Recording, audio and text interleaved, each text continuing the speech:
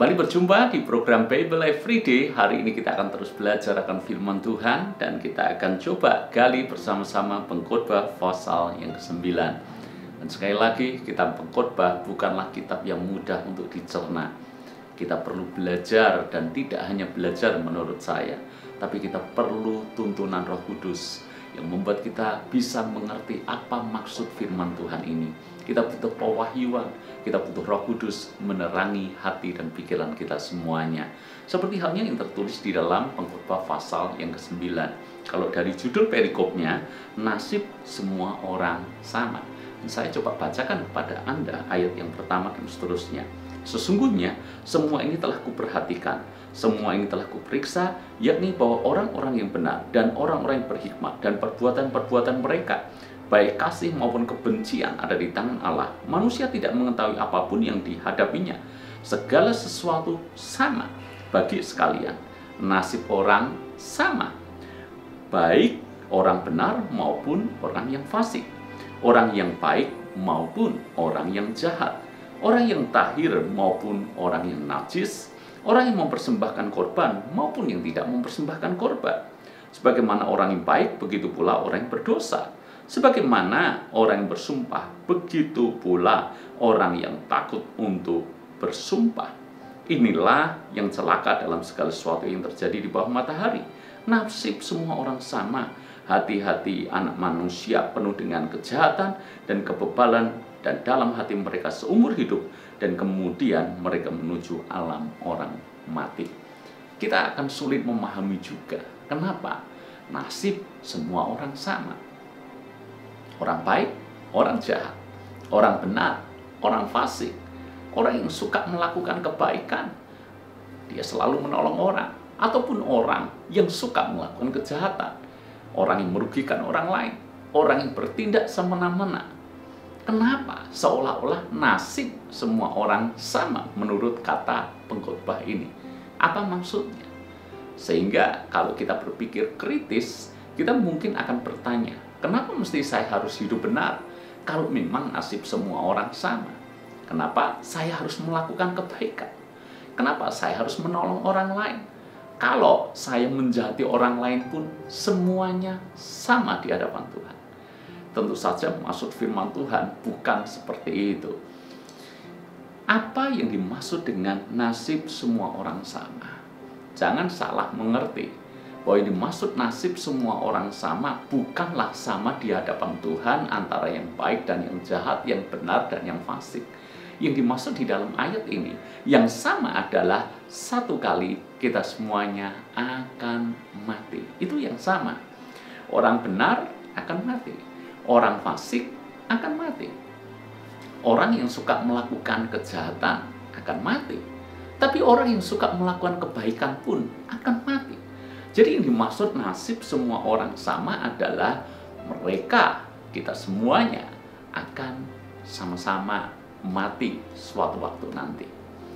Makanya ada sebuah ilustrasi yang cukup menarik dan membuat saya selalu teringat bahwa kehidupan kita, manusia ini, bak seperti bidak-bidak dalam sebuah permainan catur. Mungkin ada yang nasibnya menjadi ratu atau raja, ada yang nasibnya menjadi perdana menteri, ada yang nasibnya menjadi kuda, menjadi benteng, atau bahkan ada juga yang nasibnya hanya menjadi pion, bidak yang paling lemah dalam permainan catur. Memang beda-beda, tapi ketika pertandingan selesai, nasib semua bidak itu sama. Entah raja, entah pion, entah kuda, entah menteri, entah benteng, semuanya kembali masuk kotak dan ditutup. Selesai. Demikian pula akan halnya hidup ini. Ada mungkin orang kaya, tapi mungkin juga orang miskin. Ada orang terpandang, tapi ada juga orang sederhana. Ada orang yang punya potensi luar biasa, ada orang yang biasa-biasa saja. Percayalah, satu kali kita semuanya akan mati. Satu kali kita mirip bidak-bidak dalam permainan catur itu, kita pun akan masuk kotak. Apapun nasib kita, sama, kita sama-sama mati. Yang sama itu matinya, tapi yang beda adalah bagaimana cara kita menjalani hidup. Jadi tolong pahami ayat ini dengan benar. Yang sama adalah matinya. Nasib orang semua sama. Satu kali kita akan mati. Lalu yang beda apa? Cara kita menjalaninya. Karena itu di dalam ayat yang keempat dikatakan seperti ini. Tetapi siapa yang termasuk orang hidup mempunyai harapan. Karena anjing yang hidup lebih baik daripada singa yang mati. Jadi yang terpenting adalah bukan bagaimana kita mati, karena setiap orang akan mati.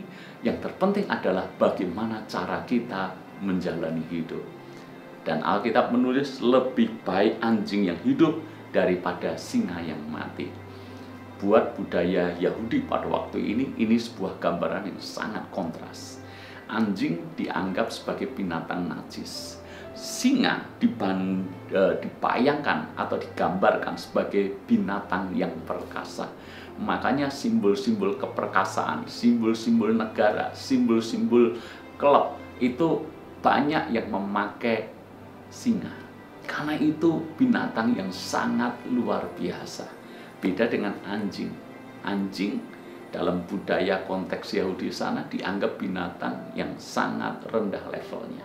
Namun pengkhotbah menulis seperti ini, bahkan lebih baik anjing daripada singa. Tapi ada catatannya, kalau anjing itu hidup daripada singa tapi mati.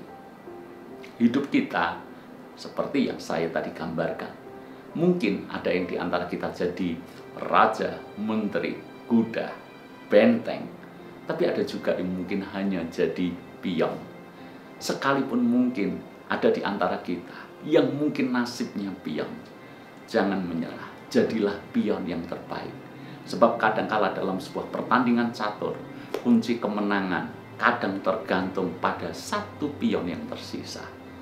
Karena saya juga beberapa kali bermain catur, sering kali juga kemenangan saya bahkan ditentukan satu pion yang masih tersisa.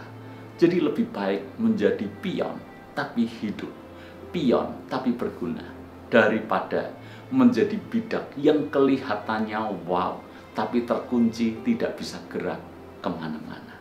Hidup ini macam-macam. Kita mungkin terpanggil untuk menjadi seperti ini, menjadi seperti itu. Ada yang luar biasa, ada yang biasa, ada yang sederhana, apapun panggilan kita.